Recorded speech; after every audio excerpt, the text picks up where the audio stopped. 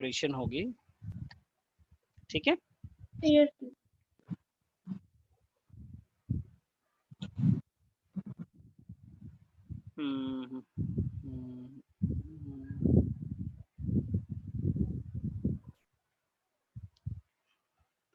ठीक है जी।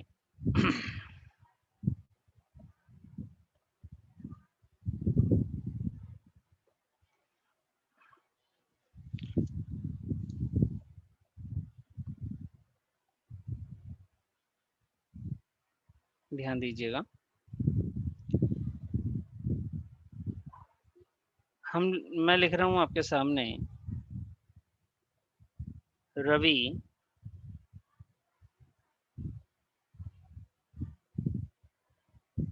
commenced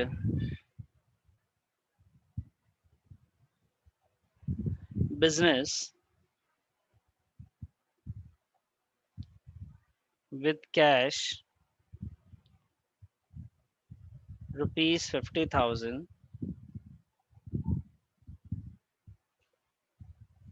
and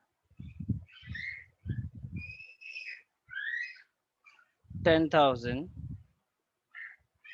by check, goods rupees 60,000, machinery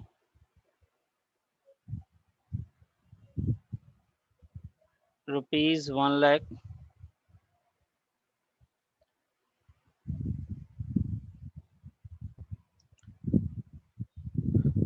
and furniture rupees 50,000। इसका transaction आपको बताना है, इसका इफेक्ट कहाँ कहाँ पड़ रहा है, ठीक है। फटाफट मुझे बताइए बेटा कि इसका इफेक्ट कहाँ कहाँ आएगा। एसेट्स पे और कैपिटल पे। तो बेटा एसेट्स में कौन कौन से एसेट्स पे आएगा? तो एसेट्स में आएंगे गुड्स, मशीनरी और फर्नीचर। गुड्स पे आएगा, मशीनरी पे होगा बेटा, और फर्नीचर पे ना। और कैश पे और बैंक पे। अच्छा, कैश पे और बैंक पे भी आएगा ये, ओके। एक मिनट, कितना कितना आएगा?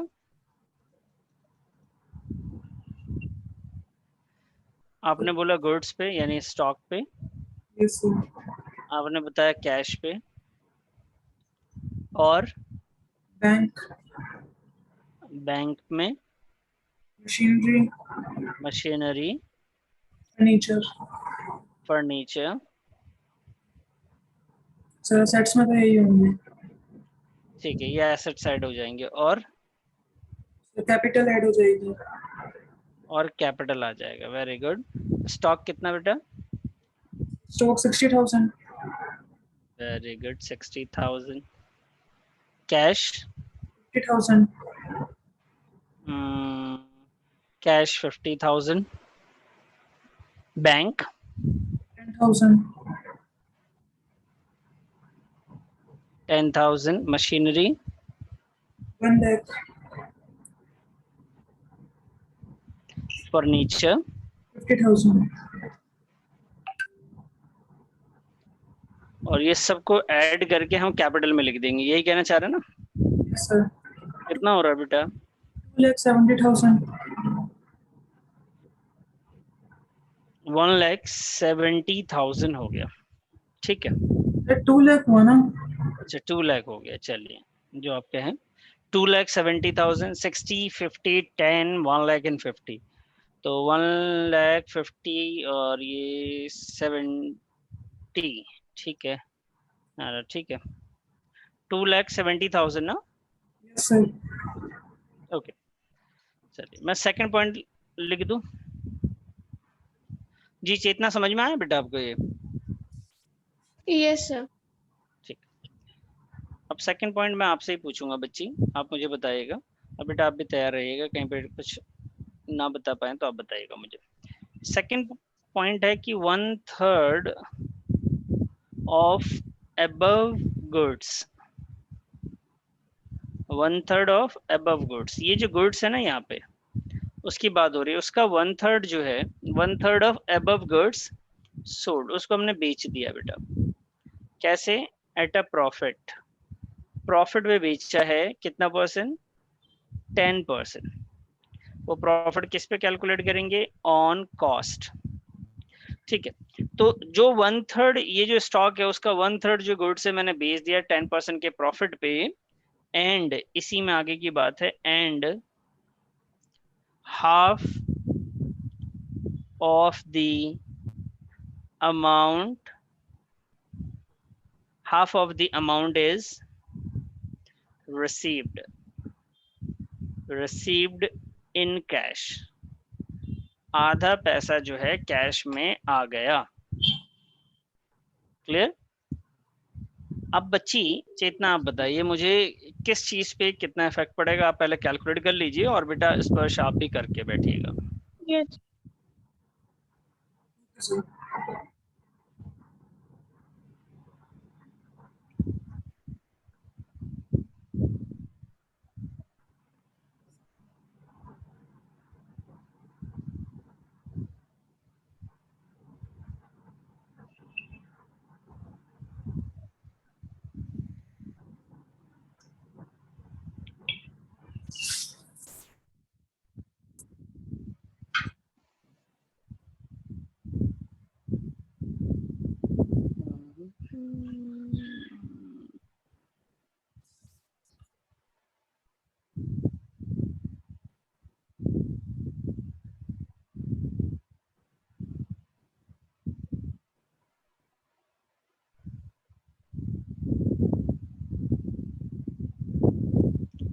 जी बेटा चेतना बताइए बच्ची किस किस चीज पे इफेक्ट पड़ेगा, मैं क्या क्या लिखूं?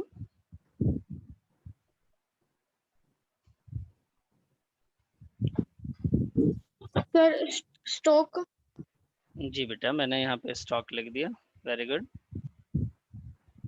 sir 20,000 decrease हो जाएगा। डिक्रीज हो जाएगा बच्ची 20,000 से, बहुत बढ़िया। और बताइए? Sir, cash ठीक है, कैश increase हो जाएगा। हाँ जी बच्ची इंक्रीज हो जाएगा, कितने से इंक्रीज होगा? 2,000। 2000 से, ओके। और बताइए?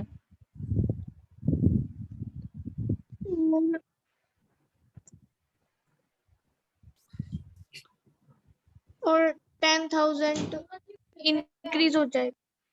और 10,000 इंक्रीज होगा किस में बच्ची? स्टॉक में, कैश में, डेटर्स में, क्रेडिटर्स में, किस में?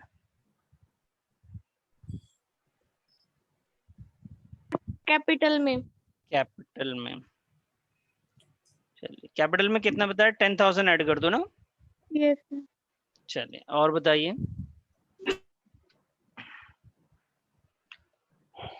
बस?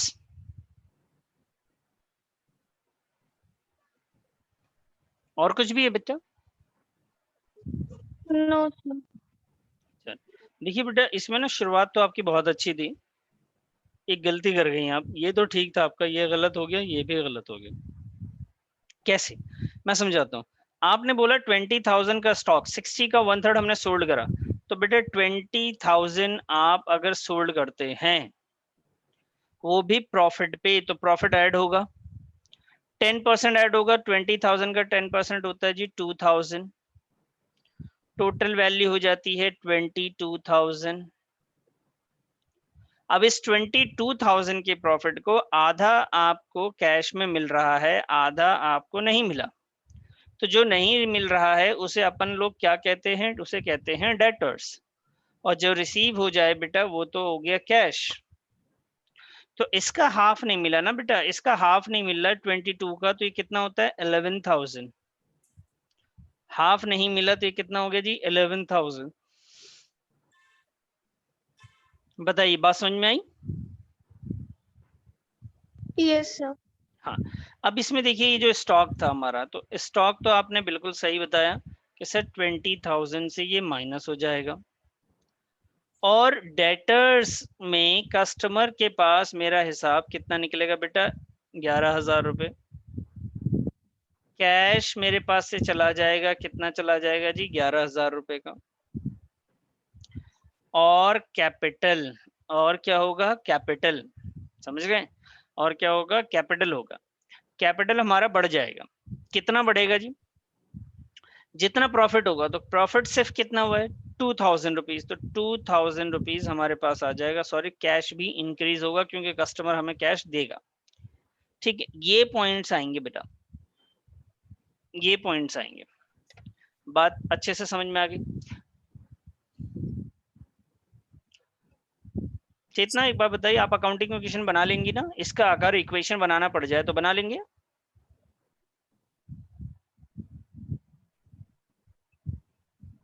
स्पर्श, यस सर। अकाउंटिंग इक्वेशन बना लेंगे ना इसका? Yes sir. बच्ची आप बताइए। सर डेटर्स एसेट्स में आएगा या फिर कैपिटल में? नहीं बेटा, ये जो इतनी सारी चीजें हैं ये सब एसेट्स है।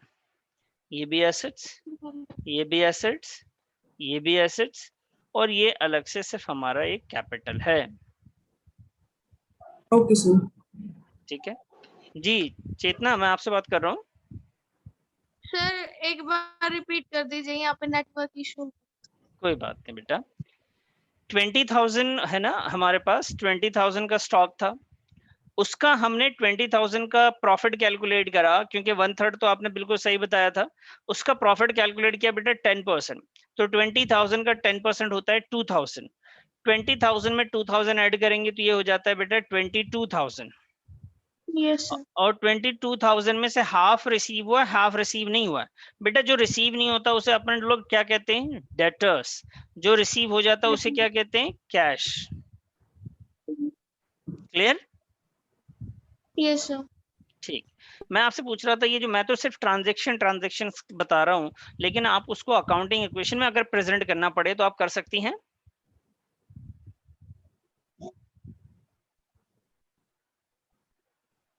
इक्वेशन के फॉर्म में चेतना आप प्रेजेंट कर लेंगी?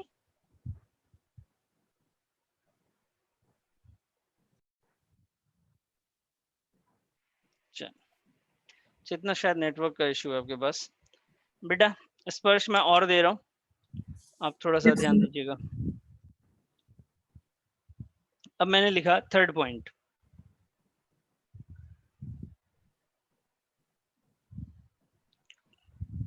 डेप्रिसिएशन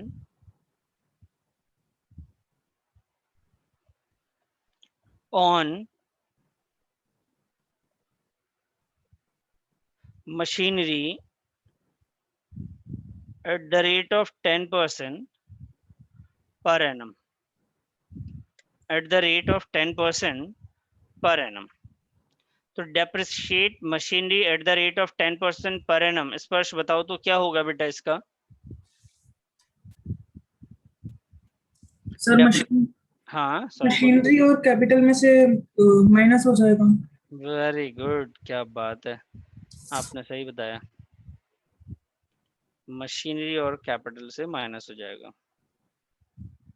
मशीनरी हमारे लिए एसेट्स है और कैपिटल भी हमारे लिए क्या है, कैपिटल है। दोनों में से हम लोग माइनस कर देंगे, 10% ही माइनस करेंगे। वो 10% कितना होगा बेटा, वैल्यू बताएंगे? हमने सर मशीन ऊपर लिख रखा था, उसी मशीन की एक्चुअल में वैल्यू है ये। सर ये जो मशीन 1 10,000। लाख, हाँ 10,000, ये जो 1 लाख था उसी का है बेटा। ये 10,000 हम लोग माइनस कर देंगे। बात क्लियर है? Yes sir. चलिए नेक्स्ट पॉइंट की तरफ आता हूं मैं।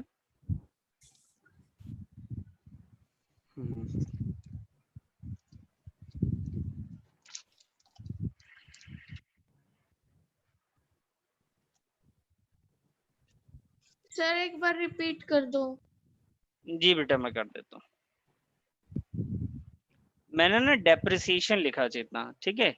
Depreciation on machinery. ठीक है, तो डेप्रिसिएशन ऑन मशीनरी क्या होता है, एक मिनट, ये देखिए, हाँ depreciation on machinery, depreciation on machinery at the rate of 10% per annum. इसमें हुआ क्या बेटा, जो मशीन की वैल्यू थी वो कम हो गई और जितना मशीन का वैल्यू कम होता है उतना हमारे लिए नुकसान हो जाता है, उतना ही कैपिटल कम होता है। तो सर ये 10% हमने कैसे कैलकुलेट करा, कौन सी वैल्यू पे? तो जो मशीन हमने खरीदी थी, सबसे पहले जो मशीन हमने खरीदी थी उसका 1 लाख का 10% निकाला। बताइए, बात समझ में आ गई? Yes sir. ठीक है बेटा, अब नेक्स्ट पॉइंट लिखें।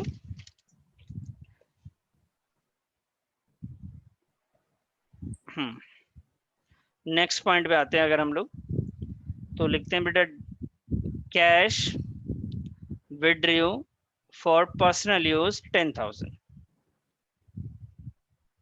कैश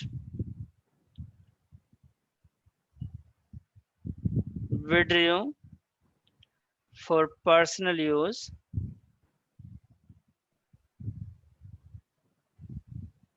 ₹10,000।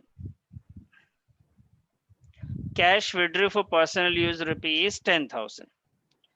तो ये तो पता ही है आप लोगों को कि कैश विड्रॉ होना मतलब ड्राइंग है जिससे कैश हमारा कम हो जाता है, साथ में हमारा क्या होता है कम बेटा? कैपिटल भी कम हो जाता है।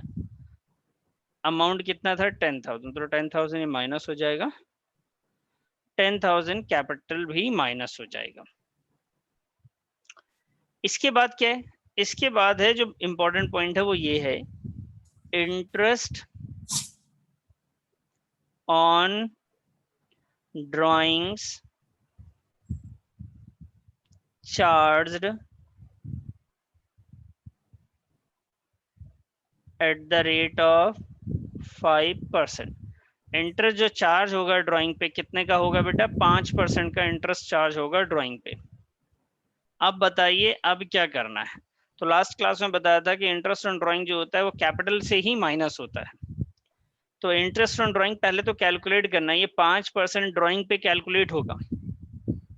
ड्राइंग की वैल्यू थी बेटा 10,000 की, तो 10,000 का 5% आप कैलकुलेट करेंगे, ये वैल्यू आ जाएगी बेटा 500। बताइए, बात समझ में आ गई आपको? Yes sir. Very good. अब क्या करेंगे, इसका इफेक्ट क्या आएगा बेटा? इंटरेस्ट ऑन ड्राइंग जो होता है ना कैश में से माइनस होता है ना किसी एसेट से माइनस होता है। इसका तरीका ये है कि जो कैपिटल आप अकाउंटिंग इक्वेशन में लिखेंगे 500 वहां से माइनस करेंगे और उसी में जाके 500 आप प्लस कर देंगे। सर ऐसा क्यों? देखो ड्राइंग मतलब ऑनर ने ड्राइंग किया तो ऑनर इंटरेस्ट देगा। जब ऑनर से इंटरेस्ट मांगने जाएंगे तो बोलेगा मेरे हिसाब में से काट लीजिए, तो उसमें से हम कम कर देंगे। लेकिन इंटरेस्ट ऑन ड्राइंग कंपनी के पॉइंट ऑफ व्यू से देखा जाए तो फायदा है, कमाई हो गई उसकी। तो ये कमाई भी तो किसका है? ऑनर का ही है अल्टीमेटली, तो वो उसी में क्या हो जाएगा? प्लस भी होता है। तो ये 2 लाइनों में लिखना होता है, माइनस भी लिखना होता है और नीचे प्लस लिखना होता है। ऐसा नहीं कि आप इसको 0 लिख दें, आप 0 नहीं लिखिएगा, इसको ऐसे ही लिखिएगा जैसे मैं बता रहा हूँ आपको। बताइए बेटा, पॉइंट समझ में आ गया आपको? Yes sir. चलिए अब आगे आते हैं, ये 5th पॉइंट था हमारा। एक और पॉइंट है जो काफी बढ़िया पॉइंट है, लिखा हुआ है बेटा goods sold to Gupta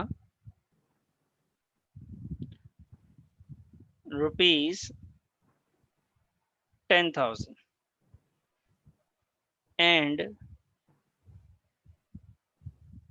and received a bill, और हमने बिल रिसीव कर लिया,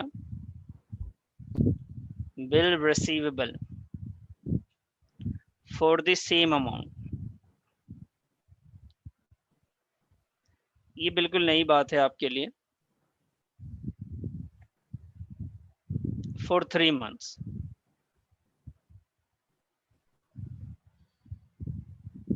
ठीक है जी, चलिए बात समझ में आ ही जाएगी अभी थोड़ी देर में आपको।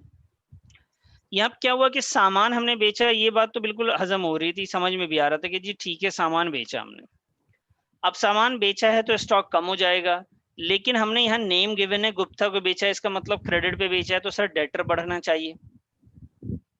लेकिन डेटर ने क्या करा, उसने एक बिल दे दिया। बिल रिसीवेबल एक वर्ड होता है बेटा, पूरा का पूरा एक वर्ड है, एक चैप्टर आगे बिल्स ऑफ एक्सचेंज, पूरा चैप्टर इसी के ऊपर है। ये जो वर्ड है ना बिल रिसीवेबल, इसी के ऊपर पूरा का पूरा एक चैप्टर है हमारे पास, बिल्स ऑफ एक्सचेंज के नाम से।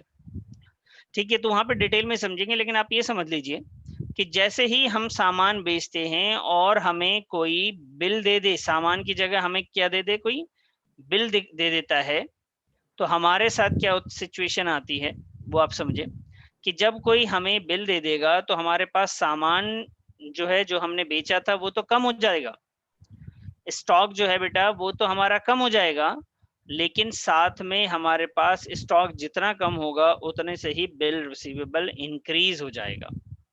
मैं फिर से समझाता हूँ आपको। देखिए मेरा कहने का मतलब ये है कि जितना जब आप सामान बेचेंगे तो आपका स्टॉक क्या होगा, कम हो जाएगा।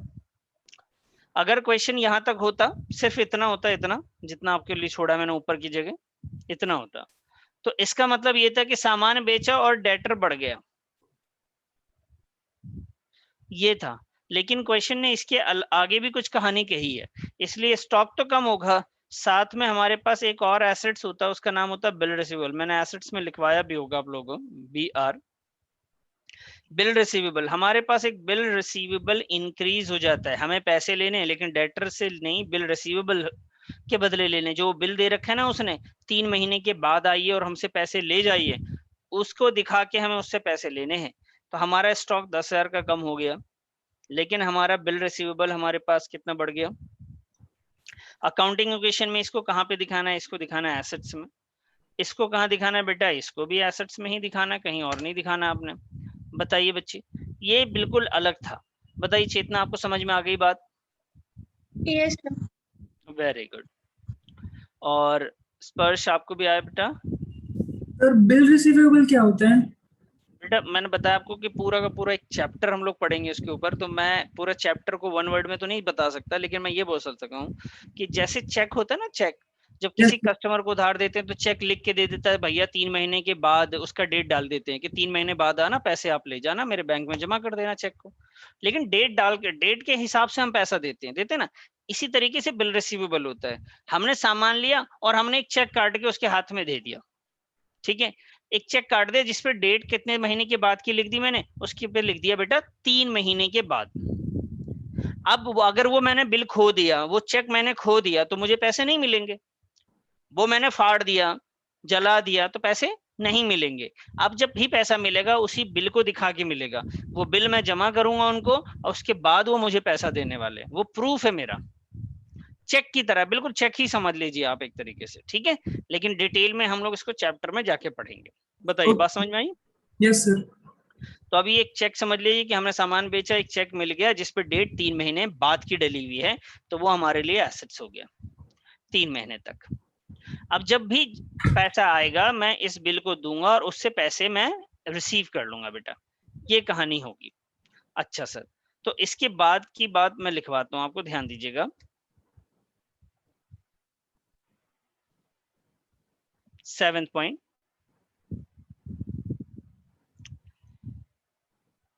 received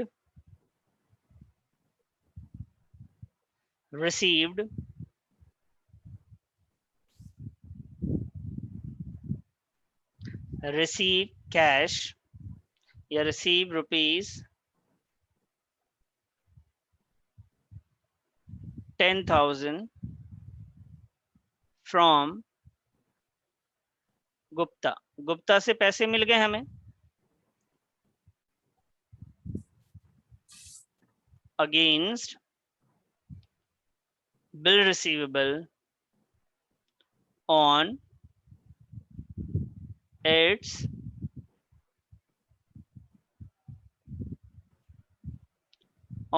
maturity। मेच्योरिटी का मतलब है वो उस बिल की जो डेट आई ना बच्चे, उस डेट के हिसाब से मुझे पैसे मिल गए। जो भी डेट थी 3 महीने के बाद की थी, तो अब वो हमें 10,000 रुपये उसने हमें दे दिए। इसमें क्या होगा कि हमारे पास क्या आ जाएगा, कैश कितना आ जाएगा जी, 10,000 रुपये। और क्या होगा, एक बिल, ठीक है जी। एक क्या होगा, बिल जो मेरे पास पड़ा हुआ था वो कम हो गया, क्योंकि मैंने बिल दिखाए होंगे तभी तो मिला होगा, मैंने बिल उसको सबमिट किया होगा, तब उसने मुझे कैश रिलीज करा। बताइए बात समझ में आ गई बेटा? Yes sir. कहीं पे कोई डाउट बच्चे? No sir. No sir. चलिए जी, अब आगे बढ़ते हैं हम लोग थोड़ा और ये काफी इंपॉर्टेंट है। आपके पास स्पर्श बुक कौन सी है? Sir DK Goyal. डी के गोयल है, ओके। और चेतना आपके पास बच्ची? सर डी के गोयल। डी के गोयल। तो ये क्वेश्चन डी के गोयल में भी होगा जो मैंने लिख के दिया आपको, ठीक है। नेम वगैरह चेंज होंगे लेकिन ये बातें उसमें होंगी, और बढ़िया क्वेश्चन माना जाता है इसको। अच्छा जी, चलिए अब आते हैं नेक्स्ट पॉइंट पे, जो थोड़ा इससे बेहतर होगा, मैं वो लेने की कोशिश कर रहा हूँ।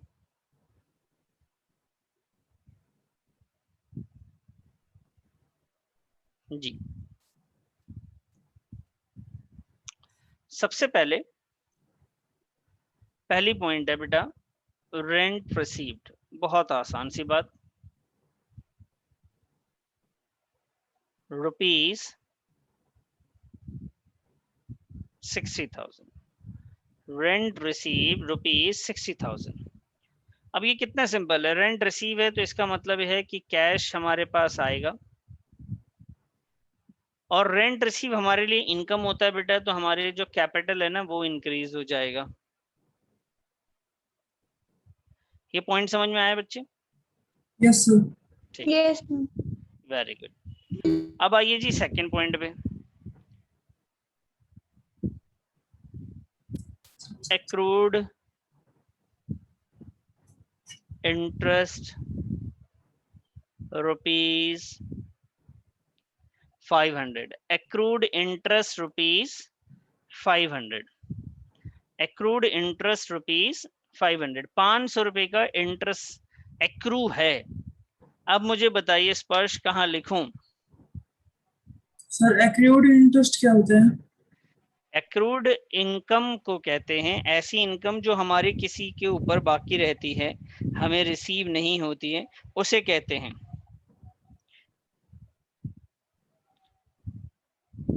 लास्ट क्लास में बताया था मैंने आपको।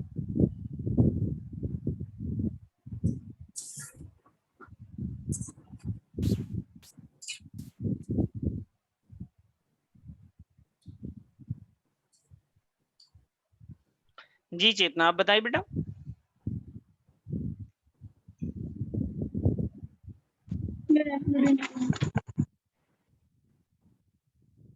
चलिए मैं बताता हूँ। हाँ बेटा बोलिए। एक्रूड इनकम भी इंक्रीज हो जाएगी और कैपिटल भी इंक्रीज हो जाएगी। वेरी गुड, लेकिन एक्रूड इनकम लायबिलिटी साइड आएगा या एसेट में आएगा? सर एसेट्स में। एसेट्स में। देखो स्पर्श, ये जो एक्रूड होता है इसका मतलब होता है कि हमने अर्न कर लिया लेकिन हमें रिसीव नहीं हुआ है। तो ये एक्रूड इंटरेस्ट, अगर हमारा पैसा किसी के ऊपर बाकी है और हमें रिसीव ना हो तो उसको हम लोग ना एसेट्स कहते हैं। तो एसेट्स की कैटेगरी में एक कॉलम जाके बन जाएगा एक्रूड इंटरेस्ट का, और उसमें हम लोग अमाउंट जो है वो प्लस कर देंगे, बढ़ा देंगे 500 से। अब ये इनकम है, हमें मिली नहीं हो कोई बात नहीं, लेकिन हमारी इनकम है, तो इनकम जो है उसको भी हम लोग क्या करते हैं, कैपिटल में ऐड कर देते हैं। कितना बेटा? वो कैपिटल में हम लोग 500 रुपीज ऐड कर देते हैं। बात समझ में आ गई आपको? सर एक्रूड इंटरेस्ट वो हुआ ना कि हमने सर्विस दे दी लेकिन इनकम नहीं मिली। हाँ, जैसे बैंक में मैंने पैसा जमा कर दिया और बैंक वाले ना मंथली इंटरेस्ट ना दे के 3 महीने बाद देते हैं, लेकिन हर महीने मैं कह तो सकता हूँ मेरा इंटरेस्ट आपके ऊपर बाकी है। तो जो यस पैसा मेरा किसी के ऊपर बाकी रह जाता है इंटरेस्ट का, उसे एक्रूड इंटरेस्ट कहते हैं। यस सर, क्लियर हो गया। ठीक है बेटा, ये हो गई बात। अब आइए third point.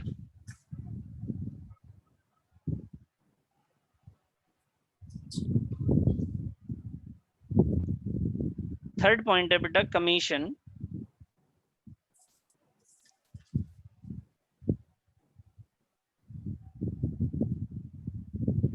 received in advance rupees 1000, commission received in advance. पता है कमीशन रिसीव इन एडवांस क्या है बेटा? एडवांस में कमीशन मिल जाना, यानी एडवांस में मुझे इनकम रिसीव हो गई, और एडवांस में इनकम जो मिलता है ना वो हमारे लिए कर्ज है, हमारे लिए लायबिलिटी है, क्योंकि अब तक हमने सर्विस तो दी नहीं है बेटा, तो हमारे लिए वो लायबिलिटी है। तो एडवांस में इनकम मिल गई है तो इसे लिखेंगे एडवांस इनकम, ये एडवांस इनकम का कॉलम कहाँ आएगा? Sorry, advance commission. Sir liabilities में। बिल्कुल सही बोला आपने, एडवांस कमीशन, इनकम नहीं, एडवांस कमीशन आएगा बेटा। कितना आएगा? ये आएगा बेटा 1000। सर एसेट्स नहीं सर, लायबिलिटी, ओहो गलती हो गई बेटा, लायबिलिटी लिख दिया। अब सर बच्चे कैश भी तो आएगा, क्या आएगा? कैश आया ही होगा ना, जब पैसा आया है 1000 तो कैश आया ही होगा। बताइए, बात समझ में आ गई बेटा? Yes sir. ठीक है, अब आइए और आगे चलते हैं जरा।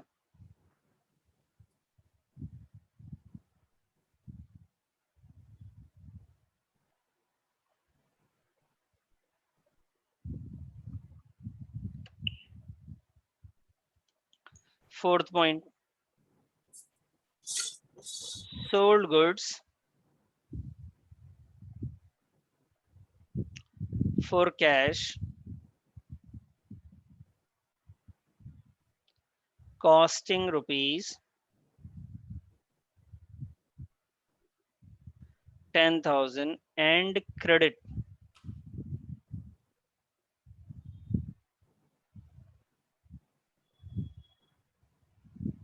costing rupees 15,000 both at a profit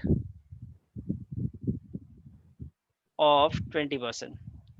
कह रहे भाई सामान हमने बेचा है, उसको कैश में भी बेचा है, 10,000 कैश में बेच दिया और 15,000 रुपये मैंने क्रेडिट पे बेच दिया। बताइए, बात समझ में आ रही है? सामान हमने कैश में बेच दिया और क्रेडिट पे भी बेच दिया। Yes sir. कोई प्रॉब्लम? सर ये 10,000 और 15,000 में प्रॉफिट हाँ, एडेड है या फिर नहीं? अभी नहीं ऐड है, कॉस्टिंग लिखा हुआ है ना वर्ड, तो इसका मतलब प्रॉफिट ऐड नहीं हुआ है, कॉस्ट है तो। Okay sir. बताइए मुझे करके जरा।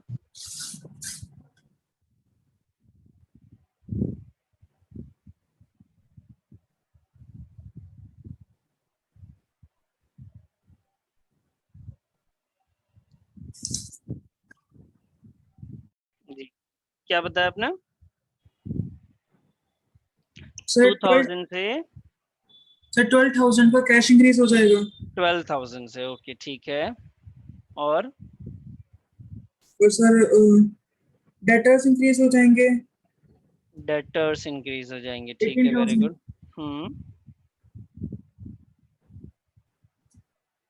और कैपिटल इंक्रीज हो जाएगी 5,000 और कैपिटल इंक्रीज हो जाएगी, ओके ओके। और सर स्टॉक भी कम होएगा हाँ बेटा, सामान बेचेंगे तो स्टॉक जाएगा ना। 25,000 का। तो स्टॉक एक बार तो जाएगा 10,000 का, फिर से स्टॉक जाएगा एक बार 15,000 का, तो टोटल स्टॉक तो 25 का चला गया अपने पास से। ठीक है, ये बात हो गई। अब आइए, जो 10,000 का सामान था, 10,000 को जो सामान था उस पर प्रॉफिट पे हमने बेचा है 20%, तो 10,000 का 20% होता है बेटा 2,000। और 15,000 का जो सामान है ना, उसको भी 20% के प्रॉफिट पे बेचा है, तो 15,000 का 20% होता है बेटा 3,000।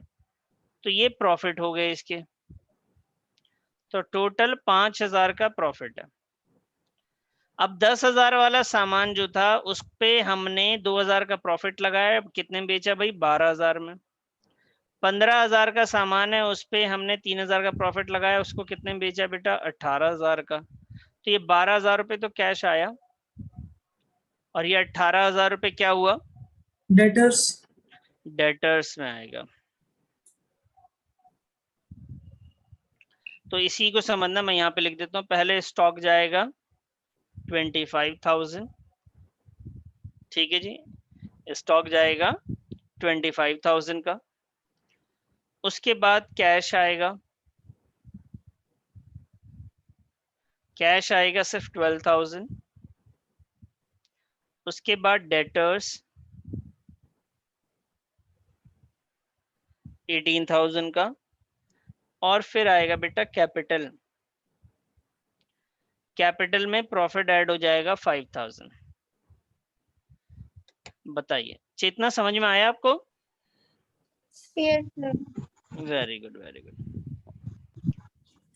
चलिए जी, अब एक बार अपनी बुक आप अपने पास निकाल के ना उसमें एक एक ट्रांजैक्शन अकाउंटिंग इक्वेशन का करिए, और करने के बाद जहाँ पे भी आपको प्रॉब्लम आए, जिसमें भी दिक्कत आए, वो क्लास के दौरान आप मुझसे पूछ लीजिएगा। ठीक है, अब देखिए एक बार अगर बुक है अभी अभी आपके पास है, इस वक्त बुक है आप दोनों के पास? यस ठीक है, अगर बुक है आपके पास ना, तो आप प्लीज एक बार नजर तो मारिए 5 मिनट के लिए, मैं थोड़ा सा वेट करता हूँ आपका। पढ़ रहे हैं?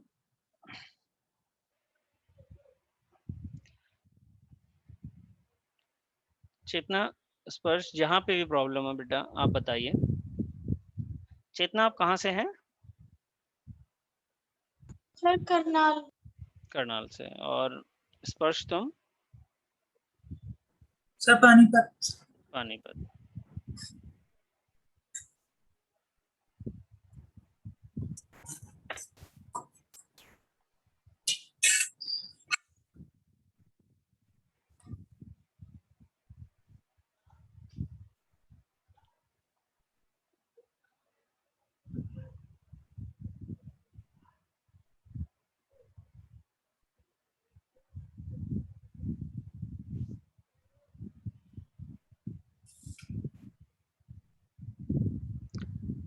कितने क्वेश्चन है डीके गोयल में अकाउंटिंग इक्वेशन के? इक्वेशन वाले, वो जो वैसे क्वेश्चन है वो नहीं, सिर्फ इक्वेशन वाले।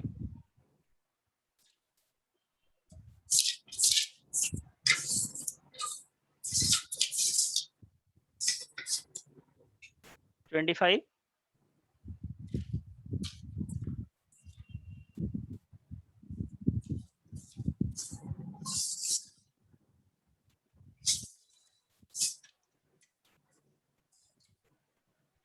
एक क्वेश्चन होगा आपके बुक में,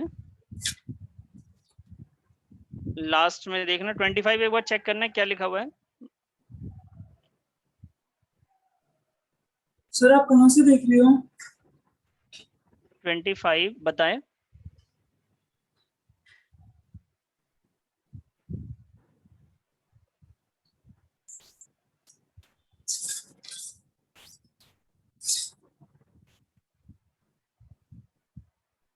टोटल क्वेश्चन कितने हैं ये बताइए मुझे पहले तो।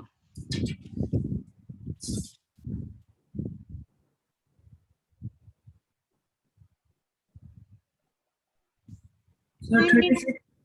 36। स्पर्श यही बताया ना, 36 बताया ना? Yes sir. अच्छा, इसमें दो तरह के क्वेश्चन होते हैं, एक होता है अकाउंटिंग इक्वेशन से रिलेटेड, दूसरा होता है बेटा वो एसेट्स कैपिटल फाइंड आउट करने वाले क्वेश्चन। ठीक है? ओके जी। हाँ, तो आप शुरू से, मेरा मानना ये कि आप ना एक एक करके फर्स्ट क्वेश्चन से रीड करिए, बनाइए, और जहां पे भी आपको डाउट आए उसको लेके बैठिए। ठीक है, कुछ नहीं छूटना चाहिए, सब पे हमारी कमांड अच्छी होनी चाहिए। ठीक है चेतना, इतना कर लेंगी? यस ठीक है, सर पहले इलिस्ट्रेशंस करनी है फिर एक्सरसाइज करेंगे बेटा आप, इलस्ट्रेशन तो हो ही जाएगी आपसे। फिर प्रैक्टिकल क्वेश्चंस। हाँ, प्रैक्टिकल प्रॉब्लम्स करेंगे उसके। ठीक है? Okay sir. हाँ, कहीं भी डाउट आएगा मुझे आप बताएंगे। और इसका तरीका ये है कि आप कीजिए पहले, वैसे तो उम्मीद है कि नहीं आनी चाहिए, लेकिन फिर भी आ सकती है क्योंकि गलतियां तो हो ही जाती हैं कई बार। तो आप उसे बनाएंगे, नोट करेंगे, और नेक्स्ट क्लास में मुझे बताएंगे। तो क्लास के एंड में मैं आपको उसका सोल्यूशन फिर मैं आपको समझाया करूंगा। कल क्लास में कुछ नया पढ़ेंगे, वही शॉर्ट वाले जो मैंने क्वेश्चन बताए हैं अकाउंटिंग क्वेश्चन में, जो शॉर्ट होते हैं एसेट्स लायबिलिटी कैपिटल वाले, वो मैं बताऊंगा आपको। ठीक है? और उसके अलावा मैं कोशिश यही करूंगा कि आपके जो डाउट रहेंगे वो क्लास के एंड में ले लिया करूंगा। ठीक है? Okay sir. ठीक है बेटा, मिलते हैं बेटा नेक्स्ट क्लास में, अपना ख्याल रखिएगा और रिवीजन जरूर कीजिएगा। बाय बच्चे। Bye sir. बाय बेटा।